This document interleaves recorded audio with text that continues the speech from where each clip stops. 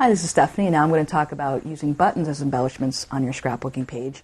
Buttons are one of my favorite. A lot of people think you can only use them on sewing types of pages, but I just think that they're a fun way to add color and just visual interest. They make special buttons for scrapbooking that are very thin, so that they don't add a lot of lump and bump to your page. You can still use regular buttons, but as you can see, they're just a little bit thinner if you're going to use the scrapbooking buttons. You can find fun buttons in different little themes.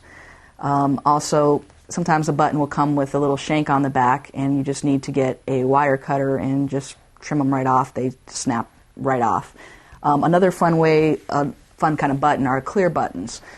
These are great because you can just pick a pattern paper and put it behind it, and then it will catch that color and be the embellishment that you're looking for, so you can use any color that you want. For example, in this page, it becomes a very important part of the page. It's a focal point, and it matches all the different colors that I'm using just by using that clear button, and it calls attention, right where I want it to be.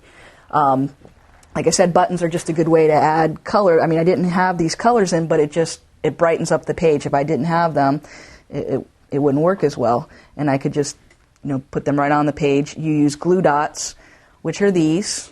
You just take a button and rub it on the glue dot on the back, and it will stick however you want it to be.